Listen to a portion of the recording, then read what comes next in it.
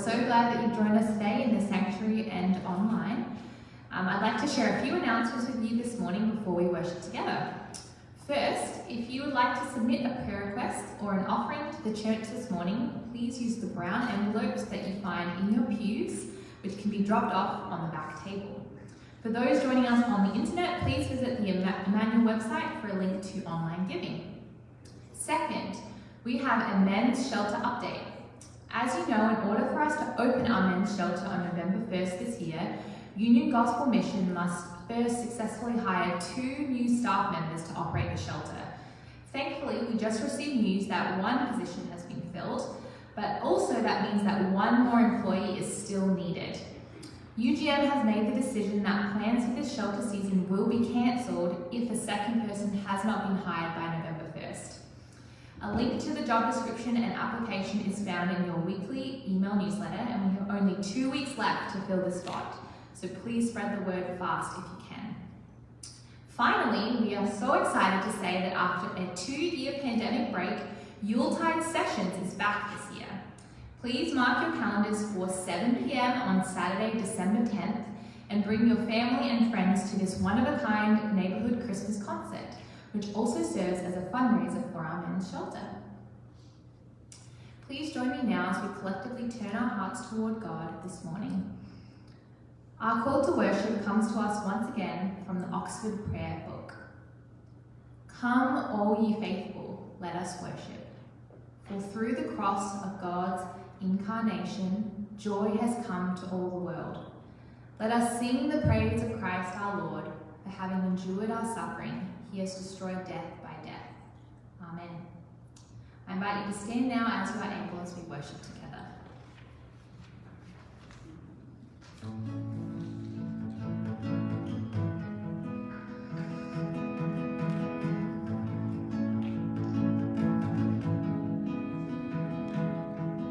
I got my Father while I strayed, far from my home in life's rough way. Oh, teach me from my heart to say, I will be there. Though dark my path inside my loss, let me be still and murmur not. Oh, breathe a prayer divinely taught. I will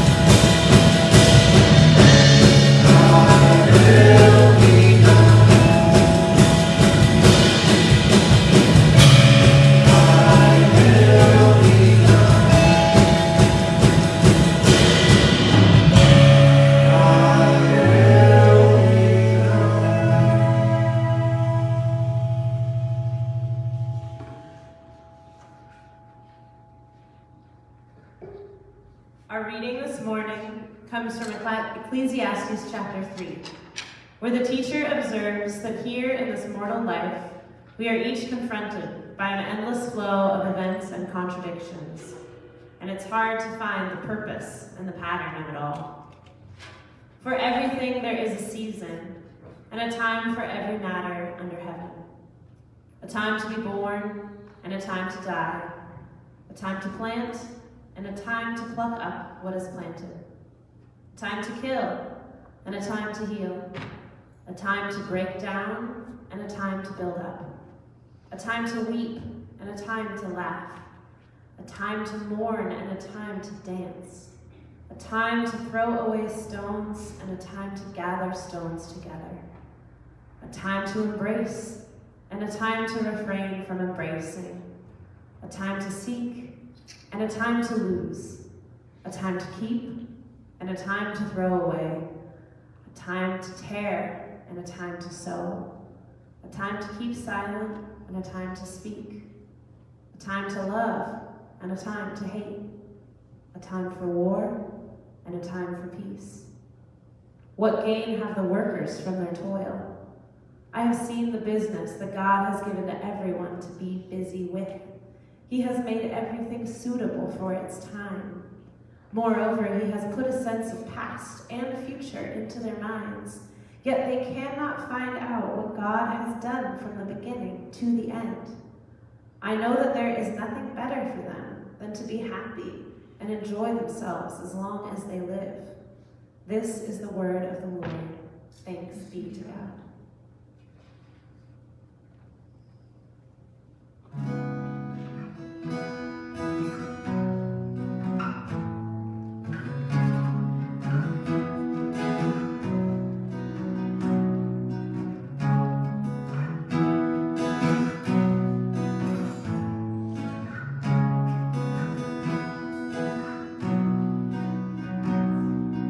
Holding your beauty is all that I long for. Worship you, Jesus, is my sole desire. When this very heart you have shaped for your pleasure, purpose to lift your name high. Here in surrender and pure adoration, I enter your courts with an offering of praise. I am your servant to bring glory as is fit for the work of your hands. Now unto the Lamb who sits on the throne be glory and honor and praise. All creation resounds with the song. Worship and praise Him, Lord of Lords. Spirit now living and dwelling within me, keep my eyes fixed ever on Jesus' face. Let not the things of this world impress me. I'll run till I finish the race. Now unto the Lamb who sits on the throne be glory and honor and praise. All eternity echoes the song. Worship and praise Him, Lord of Lords. Holy Lord, you are holy. Jesus Christ is the Lord. Holy Lord, you are holy. Jesus Christ is the Lord.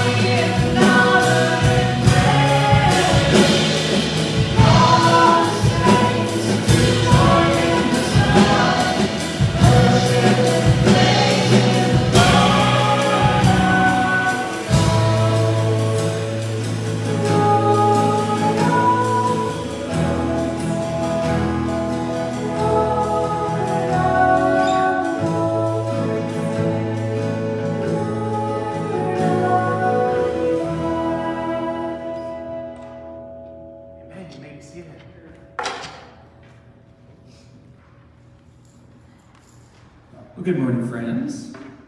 It's nice to be back with you. Thank you for hosting Pastor Erica last week so well. She said it's always a huge blessing in her life when she gets to join this community. So well done, good and faithful servants. Before we dive back into Ecclesiastes and of course pictures from our trip, let us pass the peace in this ancient Christian tradition. This is a time for you to stand up and go to somebody and say to them, the peace of the Lord be with you. And the response to that is, and also with you. And if you're joining us online, the peace of the Lord be with you as well. All right, pass the peace.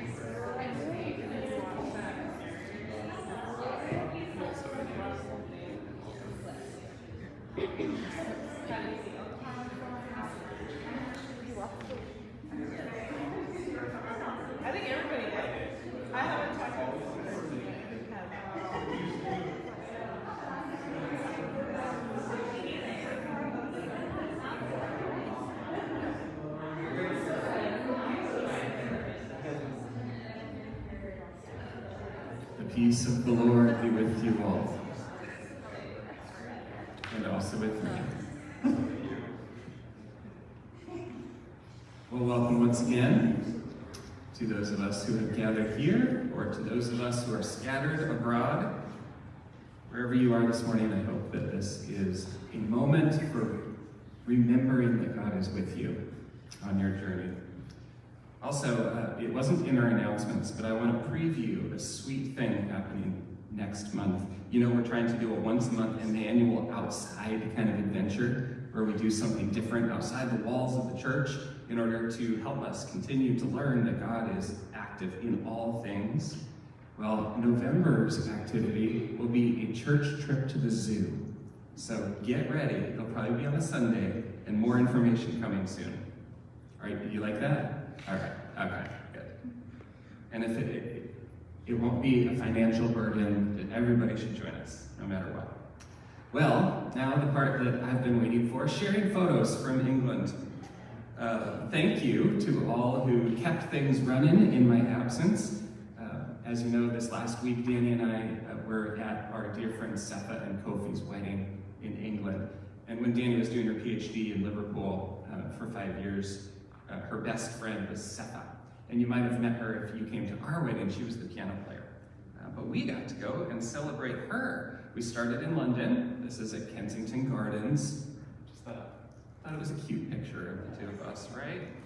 You care about this journey, I'm sure. All right, next stop was Bath, which was new to us, but we got to look at all of the old Roman architecture. This was constructed in the 1st century AD. This very cool. And it was when the Romans started colonizing the United Kingdom, this was one of their public thermally heated baths. And it was just really a sweet experience to kind of connect the dots over 2,000 years. But then the main event, took a train up to Shrewsbury for Sepha and Kofi's wedding. And this was an intense, all-out kind of wedding. I mean, 2 full days of everything catered, non-stop event. And it was everything we hoped it would be. So that's dear Sepha and dear Danny. Thanks for going on this journey through my week. I missed you, but I was also happy to be there. And with that, we're going to dive back into the book of Ecclesiastes. I actually found a little bit of inspiration during that wedding. The preacher who was a minister in the Anglican church talked about the wisdom literature of the Old Testament and talked about how there's different types of wisdom that are represented in different books. And it fits so well. I'm going to share a little bit of that with us today. If you are new to this journey, for the last several weeks, we have been looking at the mysterious and weird book of Ecclesiastes. in the Old Testament. It is not what you would call an uplifting read for the most part. Maybe you picked that up even in Holly's reading from chapter 3 earlier. But this is a book where a kind of anonymous, unnamed author who goes only by the term Qohelet, which just means teacher, is sharing his kind of overarching wisdom about what life is with the congregation of Israel. And it is a somewhat cynical take, as we've seen so far. I get this image of Qohelet kind of as this person standing out on a pier looking at the vast ocean of life, and his constant refrain in observing all of these things around him that are too complicated for the human mind to understand is hevel, vapor, or nothingness. It all feels like nothingness. Super weird to find this right in the middle of our scriptures, because in some ways the message of this book does not bear much resemblance to the rest of the story. But I think that we've seen so far already some ways that this perspective on the world can be useful in our own journeys. So a tiny bit of review. This book, Ecclesiastes, is part of the Ketuvim, which is one of the three categories of Hebrew scriptures. There is the law, the prophets, and the writings, the Torah, the Nevi'im, and the Ketuvim. And these are the books in our scriptures that fall within this category called Ketuvim, which is really kind of a collection of wise Hebrew authors who are all in some way reflecting on their identity and their place in God's story, but not in the focused way that maybe the law and the prophets were. Those themes are clear. This is more of an assembly of the great writings of the people. But within this Ketuvim, within this broad-ranging span of different types of books, there is a subset that's called the wisdom literature. And Ecclesiastes also falls within that wisdom literature tradition. These books in the Hebrew canon are Job, some of the Psalms, Proverbs, Ecclesiastes, Song of Solomon, the Book of Wisdom, and the Book of Sirach. And we don't have those last two in our Protestant Bibles for lots of historical reasons, but you would find them in the Orthodox and Catholic Bibles. But here we have this subset of books written in vastly different times, but they're all part of what's called wisdom, or the sapiential books in the Old Testament. These are reflections, human reflections on either relationship to God or relationship to self or others or just all of creation. And between these different books, we find some vastly different perspectives. And this is what I was reminded of during Sepha and Kofi's wedding by the preacher, that when you look at the wisdom literature, you can really see that it falls into different stages or categories of human experience. If you look, for example, at the book of Proverbs, this has often been called wisdom for the first half of life. Now, what does that mean? It means, looking at Proverbs, you often find kind of concise, if this, then that, kind of statements about how the world works. And it's simple. It seems to imply that there are rules, that there's a constant pattern in this world, that if you follow this formula, you will end up with this result.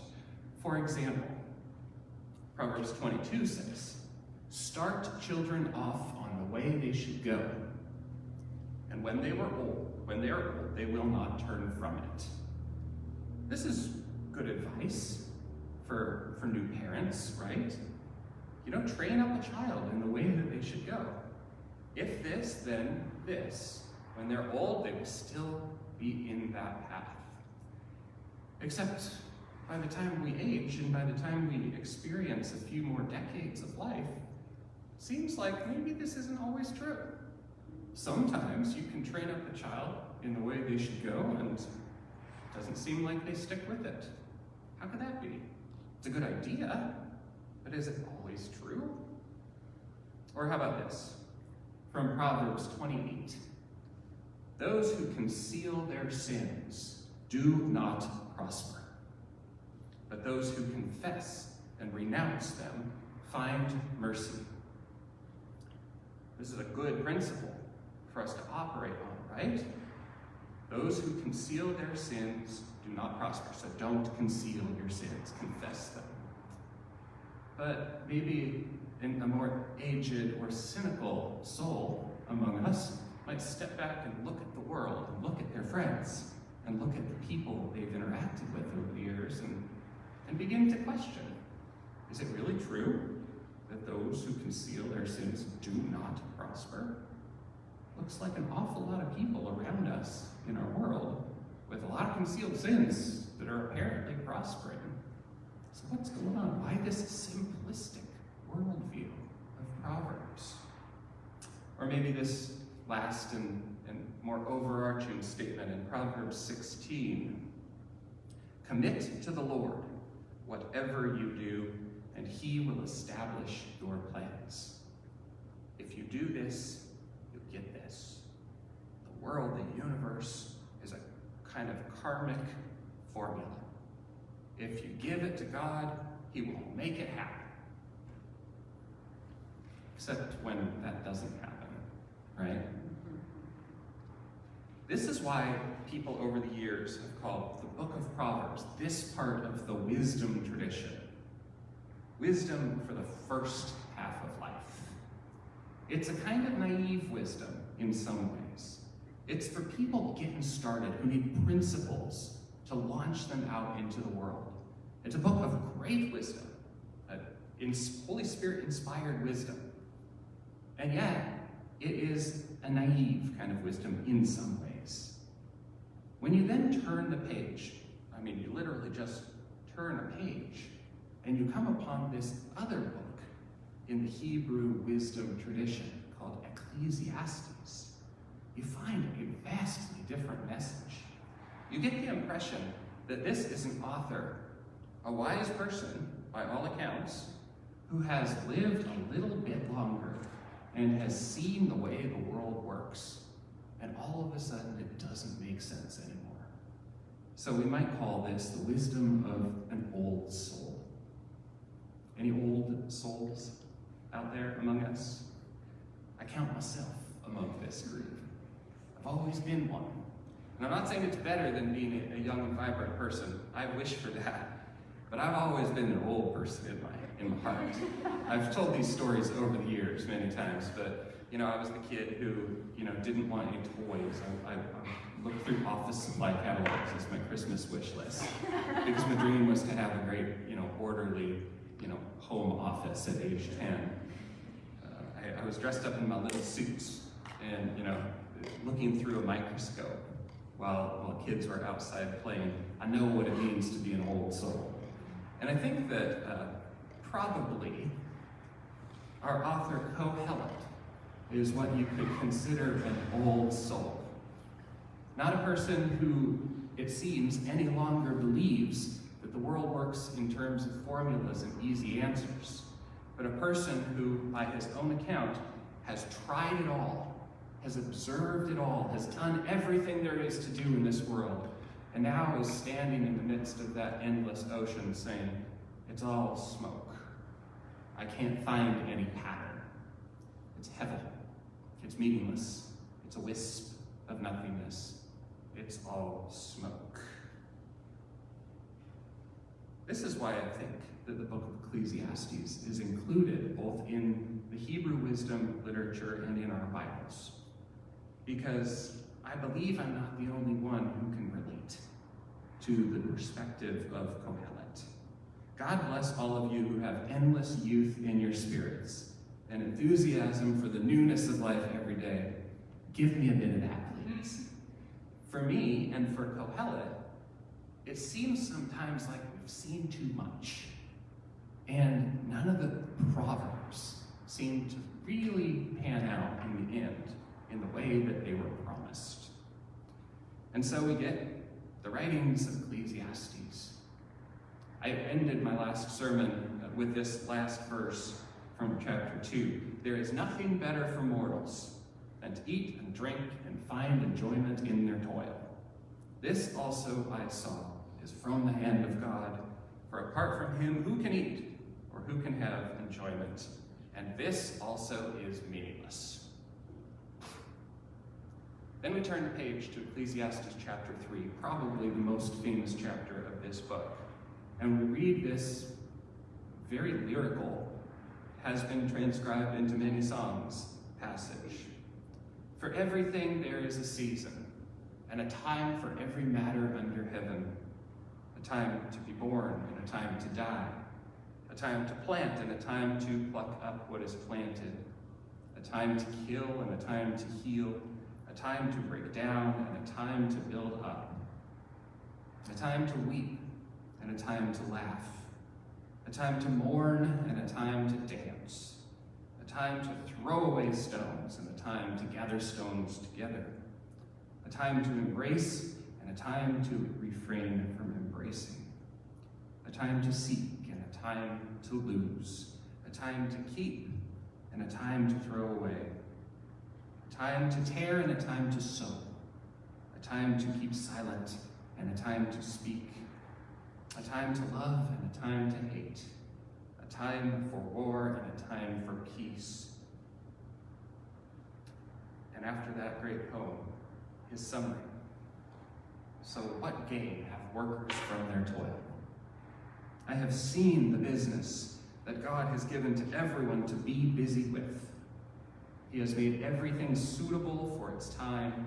Moreover, he has put a sense of past and future into their minds, yet they cannot find out what God has done from the beginning to the end. Therefore, I know that there is nothing better for them than to be happy and enjoy themselves as long as they live. This is the word of the Lord. Thanks be to God. I think sometimes because of the lyrical nature of that first part, we have a tendency, or at least I have in the past, of seeing that as a great chunk of wisdom, right? There's a time for every purpose under heaven. If you just look up Ecclesiastes chapter 3 on Google, and go to images, you will find any number of Pinterest items or Etsy items that take certain verses from that litany and make it cute. Like this one, to everything there is a season, a time for every purpose under heaven, right? But that seems to take this out of context a bit. This is not a great encouragement for life. His summary was, everything seems to happen, and God has put it in our hearts to try to figure it out, and there's no way to figure it out. It's his same message again. I do not understand why people tattoo this on their bodies or have it read during their wedding ceremonies. This is dismal. This is putting his worst philosophy into a song, right? This is an old soul speaking. This is a person who, by his own account, again, has lived a very long time and has seen a lot and has tried it all. And in the end, he can't make sense of the wisp of smoke that is all things in this universe. He thinks of it all as hevel. He thinks of it all as utter nothingness, a vapor. Do you aspire to be Qohelet in his worldview? Here's the thing that I want to ponder with us today. It is not uncommon for many of us to arrive at this place. I think maybe we're even in a season of our global society where it's very common to arrive at this space. We have so much input. We've seen so many revolutions, so many things rise and fall endlessly, like the sun rising in the east and setting in the west. We have more than ever before in human history access to all perspectives and all information. It's a flood, and it feels like we're standing on a pier in the middle of the sea, and there is no meaning to be made.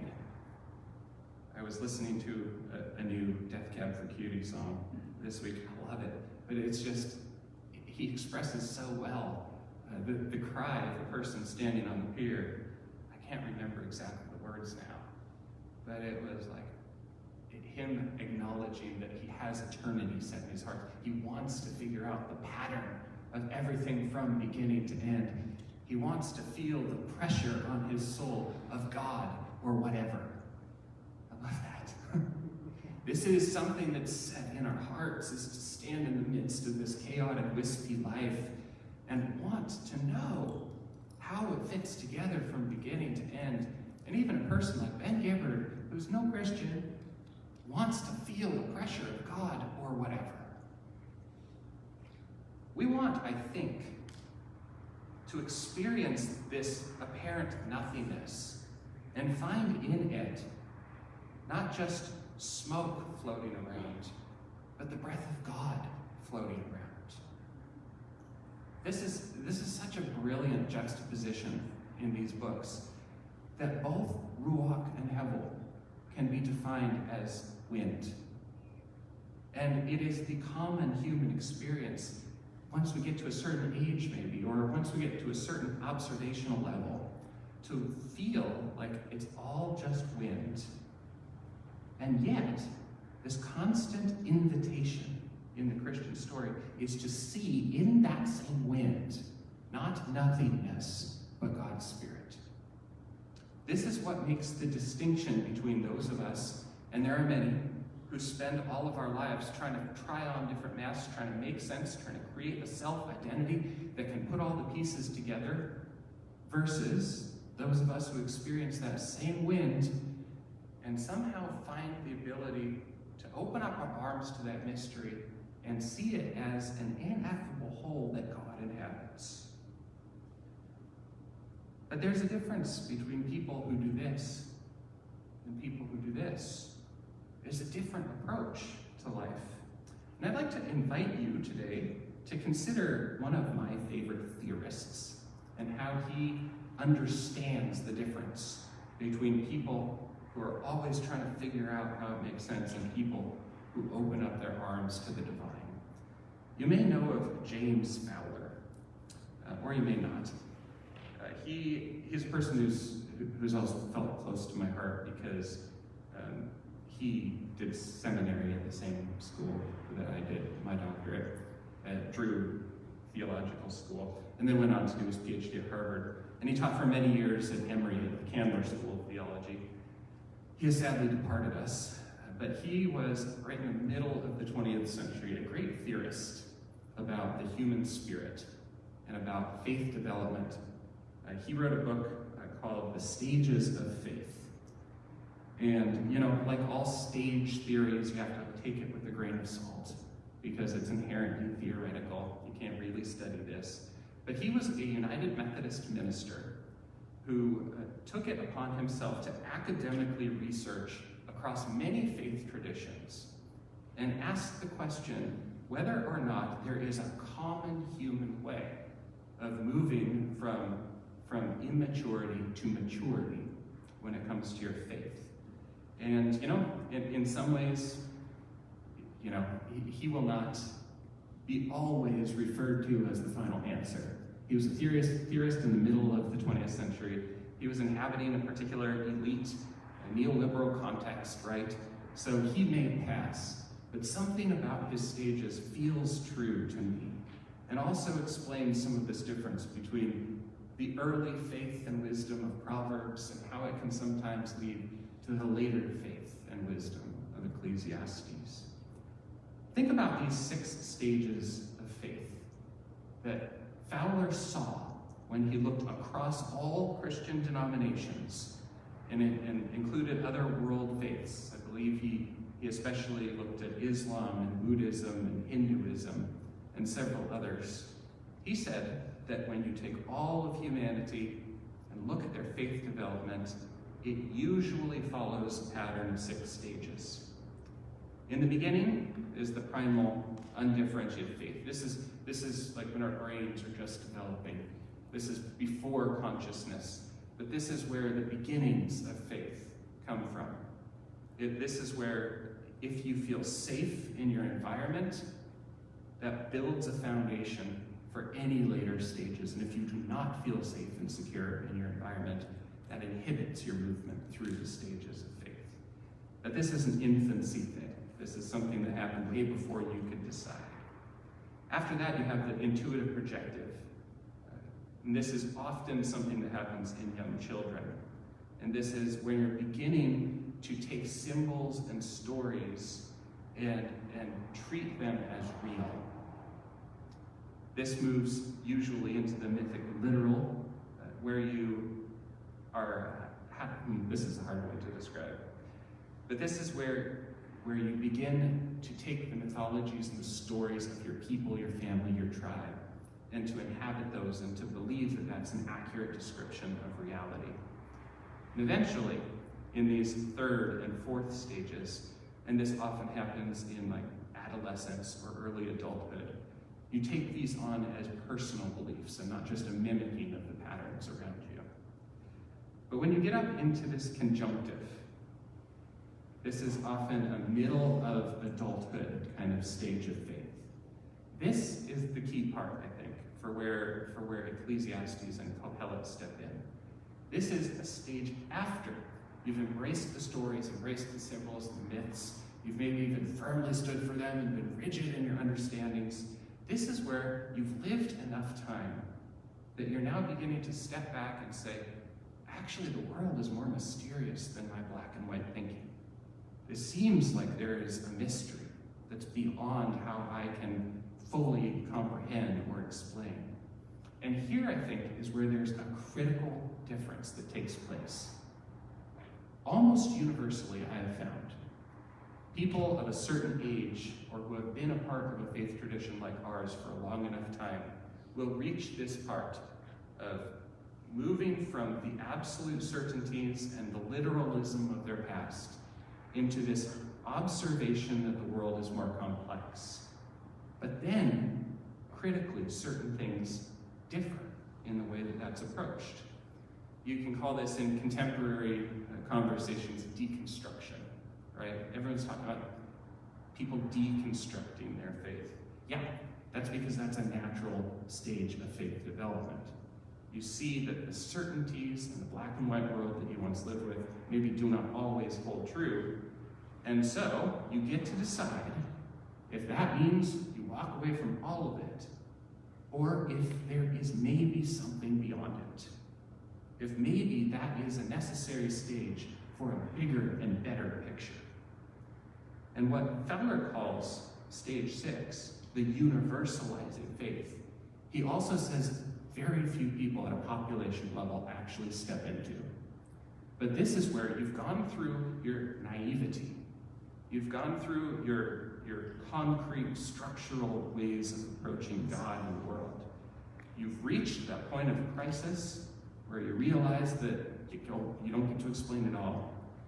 And then you have this critical choice of whether you're going to cling to what you were before, if you're going to regress into these different stages and just shut off that part of your mind, or if you're going to find a bigger story and a bigger ability to open up your hands to a mystery that is universal in scope. Maybe this is easier to read. This is a theory, but I believe that Fowler is basically right. I believe that just like we have cognitive developmental stages or moral developmental stages that are built into our brains, there's also a pattern to how we move through faith. And a lot of it is really tied to the stage of our brain development at the time. But when you get up into this stage 4, 5, and 6, that's where certain choices come in. That's where you get to actually be a little bit in control of your journey. Once you're aware that yours is just a small perspective and that the world is much bigger, you get to decide if you turn around, if you turn your back on the complexity and the mystery and retreat into certainties, or if you say, no, there's something beyond this. I think that the thing beyond, the next stage after you've realized that you don't know what you're talking about, is to let yourself go into a story that you have already admitted you can never prove, because that's not the nature of the world. I was reading an article this morning before church about Tolkien, because everybody is super into Lord of the Rings right now, right? It's having one of its great revivals. It's heyday. Have you seen the new Rings of Power? Love it. Tolkien, as a Christian, had a very precise and intentional way of approaching mythological stories. And it was exactly this. He said, this isn't just a hobby, this isn't just a fantasy we use to escape from the world. The human mind is set up such that we require the ability to imagine a fantastical story in order to survive and to thrive in the story we actually live in. And he also said, the greatest story, as far as he could tell, that you could never prove, but that is the answer to the desire of humans' hearts, is the story of the arrival and the resurrection of Jesus. This is a fantasy, a mythology, whatever you want to call it, in this story structure. This is the story that we are looking for. The desire of Ben Gibbard, the desire of every human heart.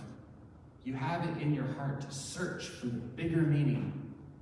And this is offered to us as the answer, as the narrative that we can choose to release ourselves into. A story that you will never in this life prove, because that's beyond your mind's capacity. But can you believe? Can you trust that God came to the earth and embodied all of the wind and the dust and the vapor of it all, and took it in, ingested it, and rose again from the dead, prefiguring your own future? Can you give yourself to a story that good? This is stage 6, faith. But to get into this kind of release into a good story, you do have to let go of certainty.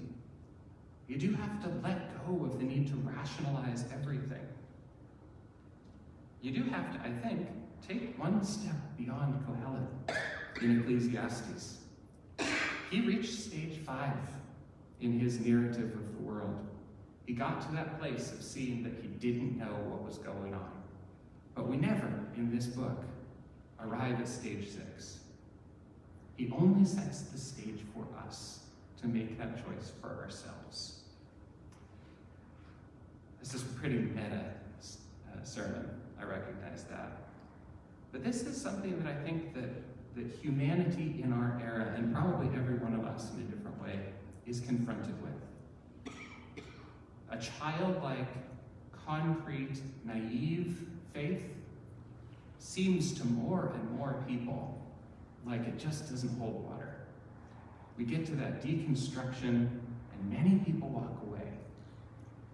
But I'm here to say today that that's just the first part of the journey. There is a second kind of naivety that comes after you've wrestled with the destruction of the first. And that second naivety is a choice that you get to make. It's a giving and a surrendering of yourself to something that you've already confirmed you cannot know. You're willing to give it a try, because I believe there's liberation in this story. You can declare that this happened to Jesus, and it will happen to you as well. As always, if you want to be disciplined into this way of thinking, we have a whole set of methods that our ancestors have used. We don't just automatically arrive at great wisdom in our lives. We don't just automatically find ourselves in the 6th stage of human faith development. That takes work, and it takes habit, and it takes a pattern. It takes disciplines of solitude, getting away from things enough to think about it. It takes disciplines of surrendering, of gradually opening up your hands and letting go of your masks, your ways. And it takes disciplines of service, acting on the story, that you've received as if it were true, and as if it means goodness and life and blessing for every single person you meet. May it be so for us this week, my friends. May we encounter the wispy airiness of all things without fear, without retreating, without maintaining our masks and our control and our desires, but instead embracing this very smoke, this very vapor, as the essence of God's mystery that we get to be a part of. I leave you with Mother Teresa once again. If you want to take the steps forward in this journey, take some time alone. Sit outside in nature, observe the world, but try doing so with a heart that's open to bigger and better stories than what you have tried to construct in the past. Amen.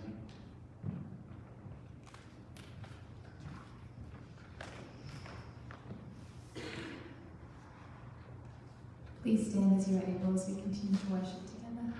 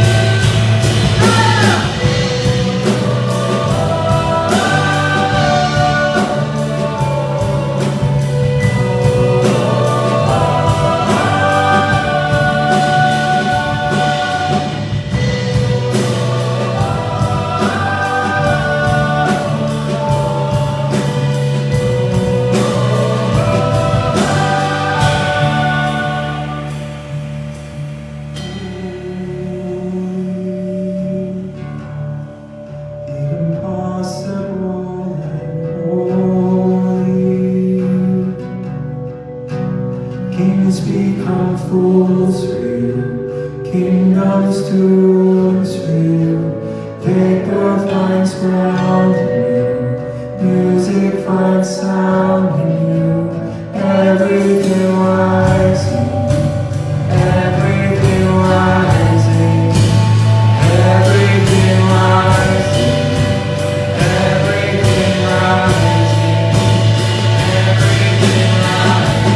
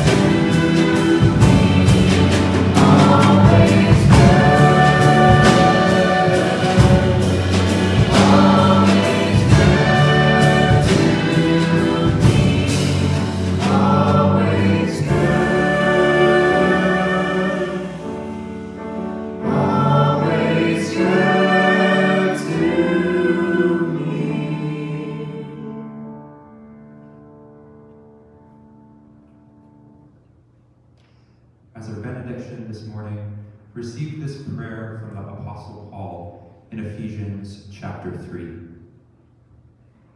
I pray that, according to the riches of his glory, he may grant that you may be strengthened in your inner being with the power through his Spirit, and that Christ may dwell in your hearts through faith as you are being rooted and grounded in love. I pray that you may have the power to comprehend with all the saints what is the breadth and length and height and depth, and to know the love of Christ that surpasses knowledge, so that you may be filled with all the fullness of God.